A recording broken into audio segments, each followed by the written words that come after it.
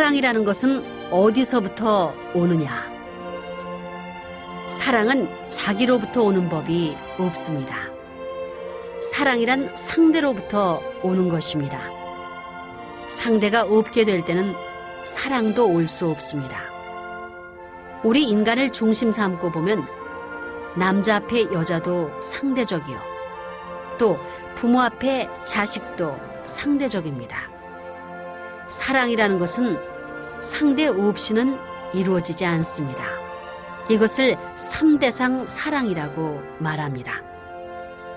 3대상 사랑을 체휼하지 못한 자는 완전한 하나님의 사랑을 체험했다는 자리에 설 수 없습니다. 하나님이 아담과 해와를 만들어 놓고 좋아했듯이 나도 아들, 딸을 낳아놓고 그만큼 기뻐하자. 이것이 통일교의 원리의 가르침입니다. 하나님이 아담과 해와를 지어놓고 이제부터 세계를 주관하겠구나. 우리 집이 세계 중심 가정이 되겠구나. 어서 커라, 어서 커라 하면서 희망을 가지고 보호 육성하는 가운데 기쁨과 만족을 느끼면서 그들이 자라서 결혼할 날을 바라시던 것이 하나님의 소망입니다.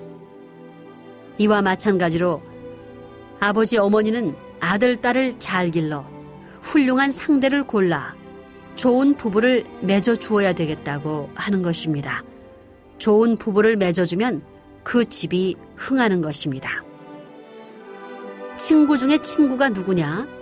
이웃 동네의 더벅머리 총각이 자기 아들, 딸의 친구가 아닙니다. 친구 중에 친구가 누구냐면 바로 아버지, 어머니입니다. 더 나아가서 친구보다도 더 좋아하는 부모가 되지 않으면 안 됩니다. 그렇게 생각해야 합니다. 그러므로 부모는 친구 중에 친구요, 스승 중에 스승이 되어야 합니다. 에덴 동산에 있는 아담과 해와에게 친구가 있었어요? 아담에게 친구가 있었다면 해와밖에 없었습니다. 그 다음에 하나님밖에 없었습니다. 천사장하고는 친구하지 않기를 바랐습니다. 천사장은 종입니다. 그런데 잘못 친구 삼았다가 망한 것입니다. 그러니 부모는 스승 중에 스승이요, 친구 중에 친구요, 사랑 중에 사랑이 되어야 합니다. 사랑은 하나님에서부터 시작됩니다. 그러니까 결국 상대 사랑도 누구로 말미암은 것이냐 하면 부모로 말미암은 것입니다.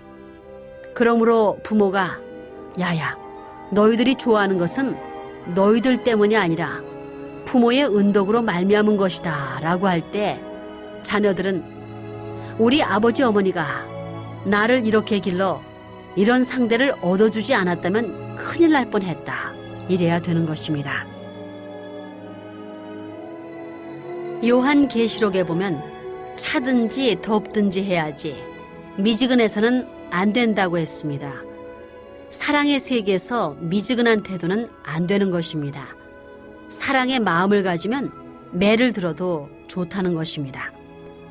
자식을 기를 때 사랑을 주었는데도 잃어버렸을 때는 차갑게 대해줘야 할 때도 있습니다. 잘못했을 때 여러분이 꾸지람을 안 해주면 자식들은 분별력을 잃게 됩니다. 선생님이 좋아 보여도 다른 한편으로는 어렵다는 것을 알아야 합니다. 악에 대해서는 무자비합니다. 그러나 선에 대해서는 몇천도의 용광로처럼 뜨겁습니다.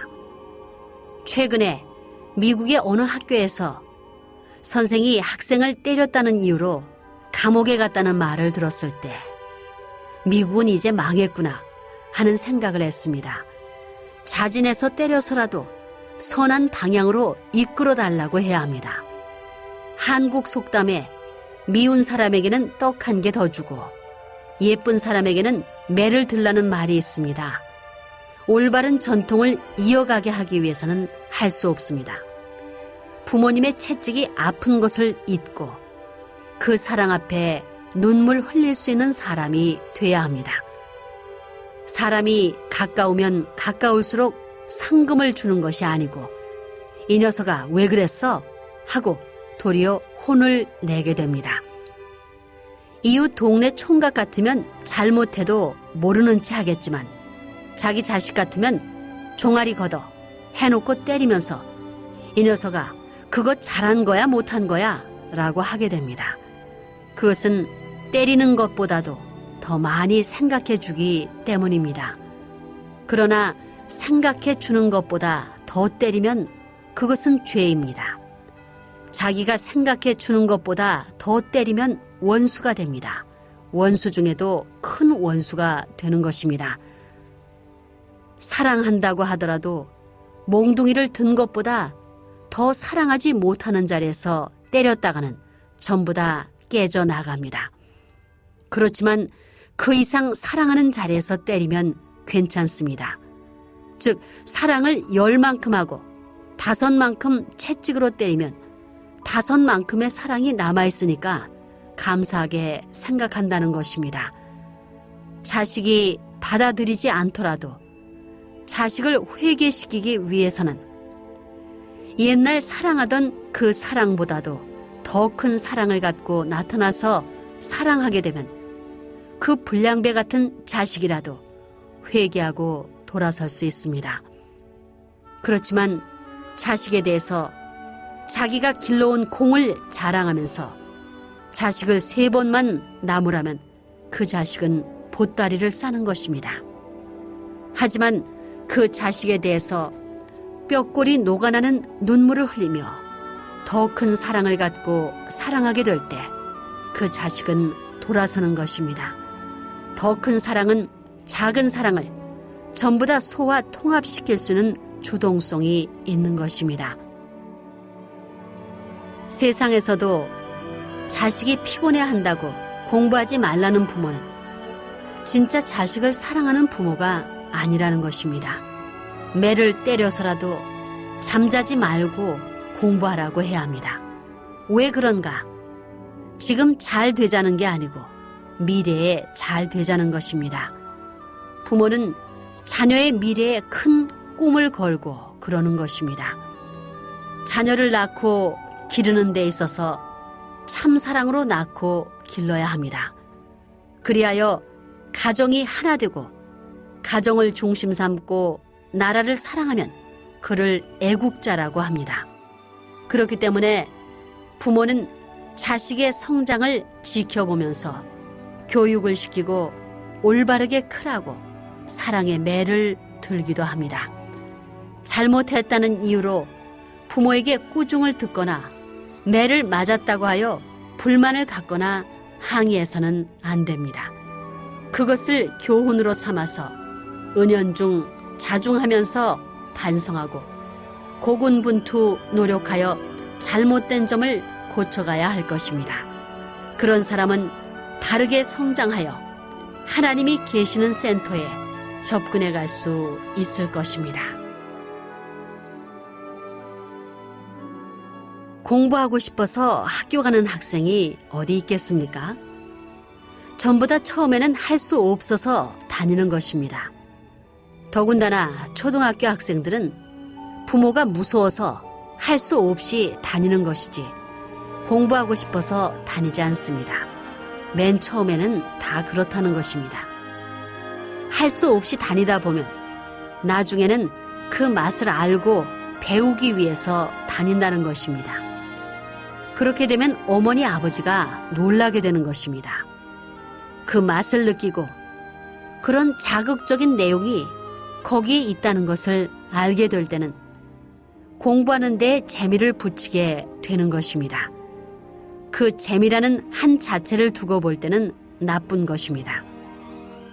그렇지만 공부해보니 내가 마음대로 할 수 있는 범위가 넓어지기 때문에 거기에 맛을 들여 공부하는 것입니다. 공부하는 것 자체를 좋아하는 사람은 한 명도 없습니다. 공부함으로써 자기가 활동할 수 있는 범위가 넓어지기 때문에 좋아하는 것입니다. 학교 가는 학생을 대해 부모는 말하기를 열심히 공부해라고 합니다. 그거 쉽지 않은 길입니다. 고통스러운 길입니다. 그렇지만 그것은 미래를 위해 준비하라는 예고입니다. 교수들이 단에 서서 제자들을 열심히 가르치는 것도 미래를 위한 준비입니다. 농부가 논밭에 나가서 열심히 일하는 것도 미래를 위한 준비입니다. 이 나라의 천국을 건설하기 위한 준비입니다. 여러분은 학교에 무엇 때문에 갑니까? 학교에 가서 공부를 하여 어디에 쓰려고 합니까? 그것은 행복을 위해서일 것입니다. 행복은 사랑을 빼놓고는 있을 수가 없습니다. 그러므로 학교에 가는 것은 사랑의 길을 단축시키기 위해서라고 말할 수 있겠습니다. 인간에게 있어 행복의 문이 열릴 때 그것은 결혼이라는 것입니다. 행복의 문을 열기 위해서 공부를 하는 것은 매우 좋은 방법이라 하겠습니다. 그런데 그 공부가 돈을 벌기 위해서, 권력을 갖기 위해서 하는 것이라면 잘못된 것이라 하겠습니다. 공부는 참사랑을 할 수 있도록 배우는 것이어야 합니다. 처녀들이 대학에 가서 학사가 되려는 그 이유가 뭐냐? 좋은 신랑을 얻겠다는 것입니다. 그리고 어떤 남자가 아무리 훌륭하게 되었다 하더라도 그의 가정이 하나 되지 않았다면 그 남자는 불행한 사람입니다. 공부하는 것도 참된 남성을 만나 참된 어머니가 되기 위해서라고 해야 하는 것입니다. 참된 어머니가 되기 위해서는 먼저 나라를 위해서 공부해야 하며 남편을 참된 남편으로 모셔 참된 남편을 모시는 참된 아내가 되어야 합니다. 이러한 내가 되지 못하면 참된 남편을 모실 수도 없고 참된 아들을 가질 수도 없는 것입니다.